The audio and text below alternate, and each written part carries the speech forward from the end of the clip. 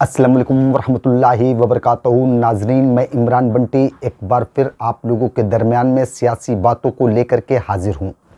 नाजरीन, वज़ीर आज़म नरेंद्र मोदी साहब की क़यादत में मुल्क तरक्याती कामों को लेकर के अपनी बुलंदियों को छू रहा है। मुल्क में सैकड़ों बड़ी बड़ी यूनिवर्सिटीज़ का क़याम हो चुका है। पूरी दुनिया से स्टूडेंट ऑक्सफोर्ड और हार्वर्ड यूनिवर्सिटी को छोड़ करके हमारे मुल्क में तालीम हासिल करने के लिए आ रहे हैं। मुल्क में बड़े बड़े अस्पताल और ट्रामा सेंटर खुल चुके हैं, जहां मुफ्त में दवा, इलाज और ऑपरेशन किए जाते हैं। मुल्क में तालीम पूरी तरीके से मुफ्त कर दी गई है।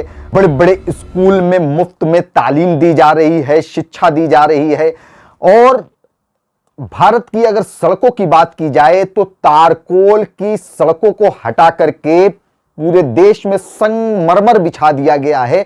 अब आपको अपने घर में आईना रखने की जरूरत नहीं, बल्कि कंघा लेकर के बाहर जाएं और सड़कों पर अपने चेहरे देख सकते हैं। ऐसी चमचमाती हुई सड़कें हैं। मुल्क में सारे काम मुकम्मल हो चुके हैं। नौकरियां तो घर घर पहुंच चुकी है। हालात यह है कि नौकरी देने के लिए जब सरकारी नुमाइंदे घर का दरवाजा खटखटा रहे हैं तो हर एक घर में नौकरी है, इसलिए नौकरी कोई लेने को तैयार नहीं है।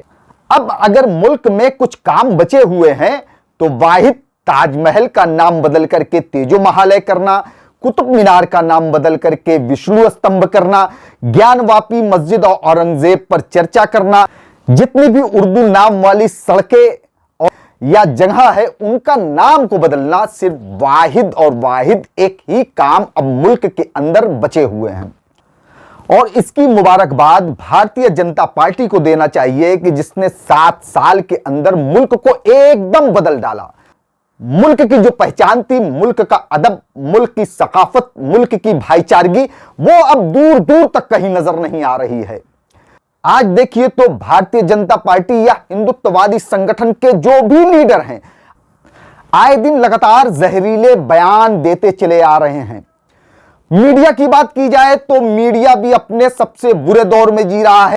आज महंगे पेट्रोल पर चर्चा होनी चाहिए थी, आज रसोई गैस महंगी हो रही उस पर चर्चा होनी चाहिए थी, रुपया कमजोर होता चला जा रहा है उस पर चर्चा होनी चाहिए थी। मगर मीडिया के स्टूडियो में रोज शाम के प्राइम टाइम में 2 भगवा पहने हुए और 2 मुल्ला जी टाइप के लोगों को बैठा दिया जाता है और पूरे मुल्क को गुमराह करने की कोशिश की जाती है, मेन मुद्दे से भटकाने की कोशिश की जाती है, जिसका नुकसान कहीं ना कहीं यकीनन मुल्क को भुगतना पड़ेगा।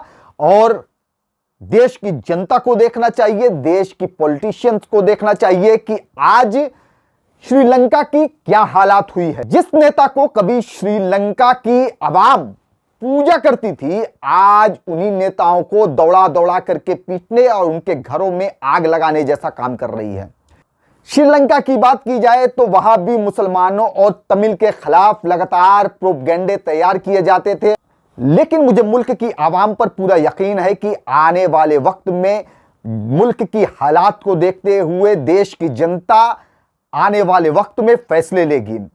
यकीनन देश की जनता ने देखा कि कांग्रेस पार्टी के जब करप्शन के मामलात आ रहे थे तो उसने भारतीय जनता पार्टी के ऊपर एक मुतबादिल के तौर पर भरोसा दिखाया कि भारतीय जनता पार्टी देश के अंदर डेवलपमेंट के काम करेगी। मगर जब से Bharatiya Janata party, development secondary matter है, पहला मैटर अपने हिंदू वोट्स को खुश रखना और खास करके दलित और बैकवर्ड तबके के वोट को खुश रखना। जब मुसलमानों को टारगेट किया जाता है तो कहीं ना कहीं दलित तबका और बैकवर्ड तबका वो बीजेपी की जानिब मूव होता है।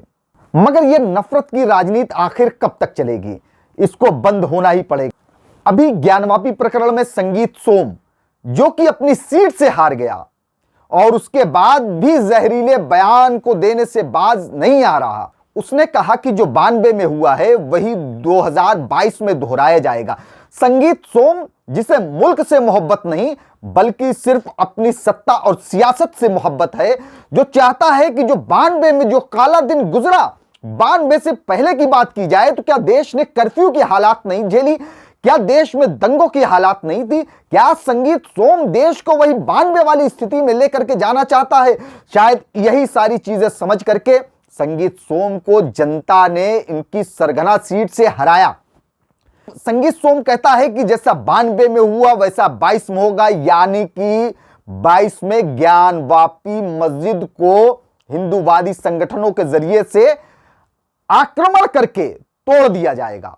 क्या हमने इस मुल्क में एक घटना होने के बाद क्या हमने कुछ सीखा नहीं? फिर वैसे ही घटना हम दोबारा घटित करना चाहते हैं। ये हमारे मुल्क के पॉलिटिशियन हैं, ये असेंबली में जनता की तर्जुमानी करते थे। यकीनन अफसोस होता है। और जो औरंगजेब पर इल्जाम लगाते हैं कि औरंगजेब ने ज्ञानवापी मस्जिद तोड़ा, क्या यह सच नहीं कि औरंगजेब ने गुवाहाटी में कामाख्या मंदिर, उज्जैन में महाकाल मंदिर और वृंदावन में श्री कृष्ण मंदिर को औरंगजेब ने दान दिया था?